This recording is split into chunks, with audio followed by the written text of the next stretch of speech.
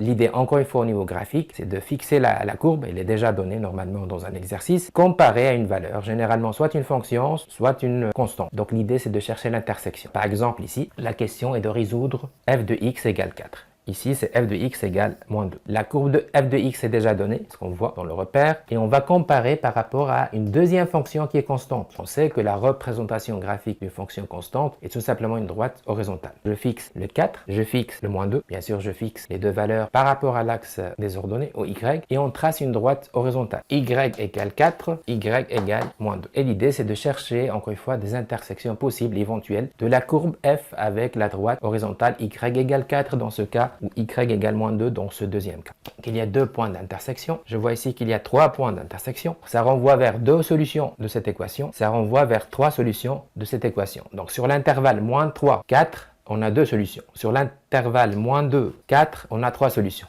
On va les lire sur l'axe des abscisses, l'ensemble des solutions, moins 1, première solution, 2, deuxième solution. On a deux solutions pour cette équation. L'ensemble S, première solution c'est moins 1, celle-là. Ensuite le 2, ensuite le... Attention, pour les solutions, c'est plutôt une lecture sur l'axe des abscisses.